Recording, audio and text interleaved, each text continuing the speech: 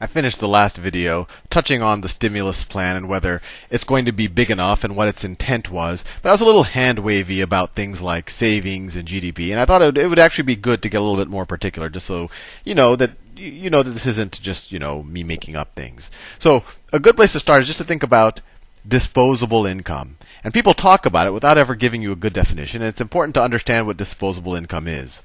So if this box right here is GDP. So it's all the goods and services, essentially all of the income that we produce.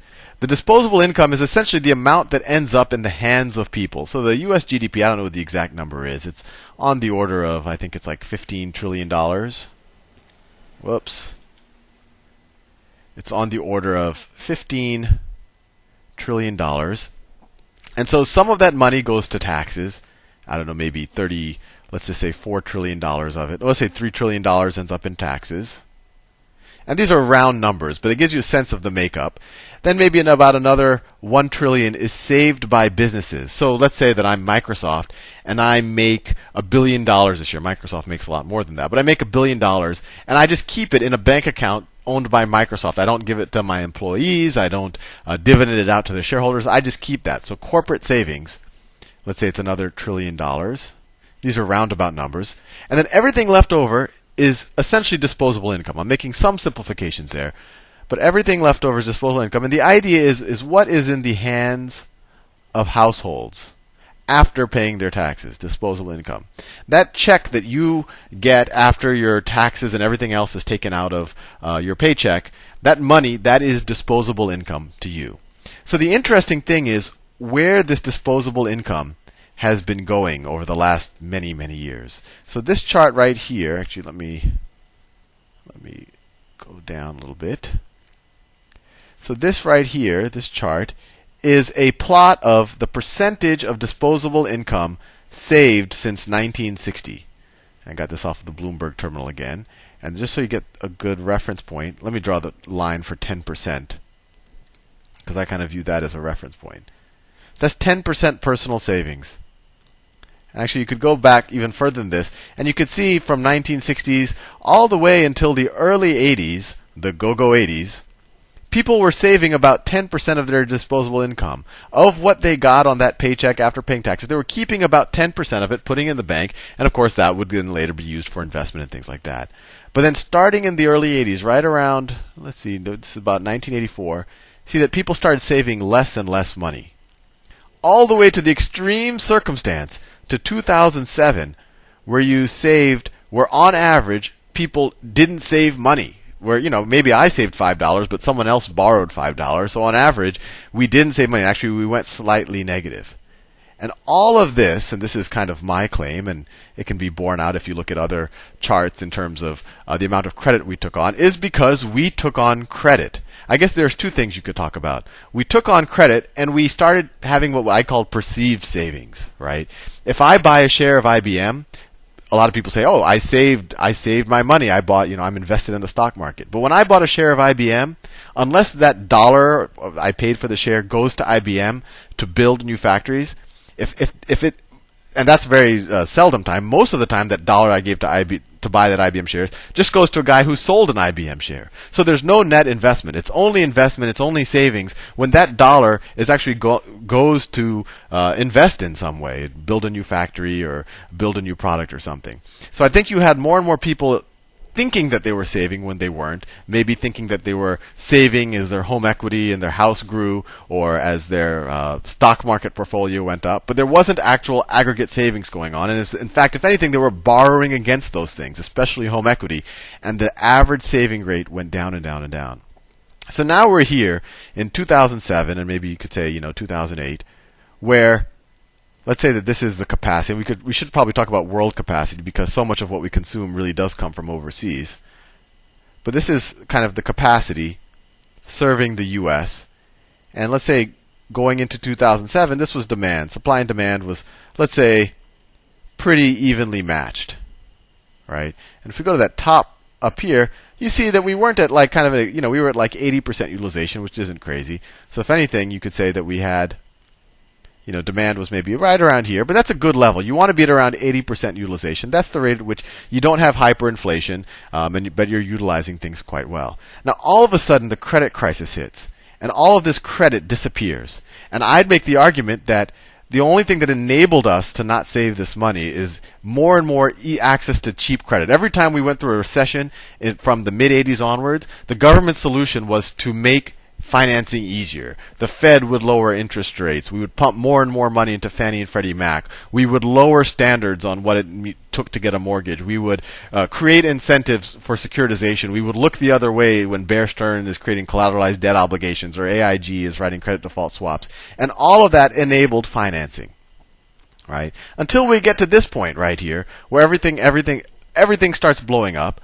So you essentially have forced savings. When people can't borrow anymore, the savings rate is going to have to go to 10% because most of this is just from people taking on more credit. There was a group of people who were probably always saving at 10% of their disposable income, but they had another group of people who were more than offsetting that by taking credit. Now that the credit crisis hits, you're going to see the savings rate, and you already see it here with this blip right there.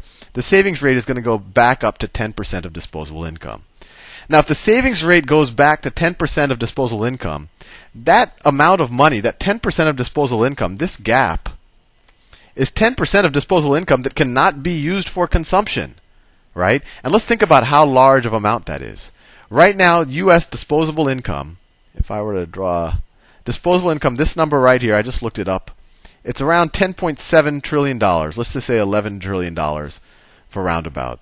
So this 10% of disposable income that we're talking about, this gap between kind of the normal environment and what the environment that was enabled from super easy credit, that's 10% of disposable income. 10% of 11 trillion is $1.1 trillion per year of demand that will go away. That's per year. So all of a sudden, you're going to have a gap where this was the demand before, and now the demand is going to drop to here, and all of this 1.1 trillion of demand is going to disappear because credit is now not available. And then you do get a situation where you might hit a low capacity utilization. And unfortunately, the capacity utilization numbers don't go back to the Great Depression, and we could probably get a sense of at what point does a deflationary spiral really get triggered. But because that $1.1 trillion in demand disappears, you're going to see this orange line just drop lower and lower in terms of capacity utilization, and that's going to drive prices down. And what Obama and the Fed and everyone else is trying to do is to try to make up this gap. Now, everyone else can't borrow money. Companies can't borrow money. Homeowners can't borrow money. But the government can borrow money because people are willing to finance it. Or at the bare minimum, the Fed's willing to finance the government. And so the government wants to come in and take up the slack with this demand and spend the money themselves with the stimulus. Now, we just talked about what's the magnitude of this demand shock. It's $1.1 trillion per year, right? 1.1 trillion, while the stimulus plan is, on the order of $1 trillion, and that $1 trillion isn't per year, although I have a vague feeling that we will see more of them coming down the pipeline. This stimulus plan that just passed, this is expected to be spent over the next few years. So in terms of demand created over the next few years, it's going to be, several hundred billion per year. So it's not going to be anywhere near large enough to make up for this demand shock. So we're still going to have low capacity utilization. So to the people who argue that these stimulus plans are going to create a hyperinflation, I disagree with that, at least in the near term, because in the near term it's nowhere near large enough to really soak up all of the extra capacity we have in the system. And if anything, it's going to soak up different capacity. So the stimulus plan, it might create inflationary-like conditions in certain markets where the stimulus plan is really focused, but other areas where you used to have demand, but the stimulus plan doesn't touch, like $50 spatulas from Williams-Sonoma or granite countertops, that area is going to continue to see deflation. And I would say net, since the stimulus is actually so small, even though we're talking about $1 trillion relative to the amount of demand destruction destroyed per year, will probably still have deflation. And for anyone who's paying close attention to it, and I am, because I care about these things, the best thing to keep a lookout for to know when to kind of start running to gold maybe, or being super worried about inflation, is if you see this utilization number creep back up into the 80% range. And at least over the last 40 years, that's been the best leading indicator to say when are we going to have inflation. And for all those gold bugs out there who are who insist that all of the hyperinflation or the potential hyperinflation is caused by our not being on the gold standard, I just want to point out that you can very easily have, we went off of Bretton Woods and completely went to a fiat currency in 73. That's right around, let's see, 69. That's right around here. But our worst inflation bouts were actually while we were on the gold standard. And that's because we had very high capacity utilization. This is the war period. What happens during a war? You run your factories all out. You run your farms all out to feed the troops. The factories, instead of building cars, build planes, and everyone is working. Wages go up. Everything goes up, and you have inflation, right? And a lot of people say that, the war was the solution to the Great Depression. And it is true in that it got us out of that negative deflationary spiral that I talked about in that last video. And it did it by creating an unbelievable amount of inflation. And then after the war, you could argue, what allowed, I don't have GDP here, but the US GDP really did do well in the post-war period. And it wasn't the war per se, although the war kind of did take us out of the deflationary spiral. So, after the war, you had all of this capacity after World War II. So you had all this capacity that was being used up by the war. Then all of a sudden the war ends, and you're like, well, we don't have to build planes anymore. We don't have to feed the troops anymore. And now we have all these unemployed troops who come back home. What are we going to do with them, right? You would say maybe capacity utilization would come back down there. But what a lot of people don't talk about is the rest of the industrial world's capacity was blown to smithereens. At that point in time, the U.S. was a smaller part of GDP, and the other major players were Germany, Western Europe, and Japan. And all of these guys, the U.S., we didn't have any factories bombed. All of the entire war took place in these areas. And whenever people go on bombing raids, the ideal thing that they want to bomb is factories. So what you had in the post-war period is you had all of these countries had their capacity blown to smithereens. The U.S. was essentially the only person left with any capacity.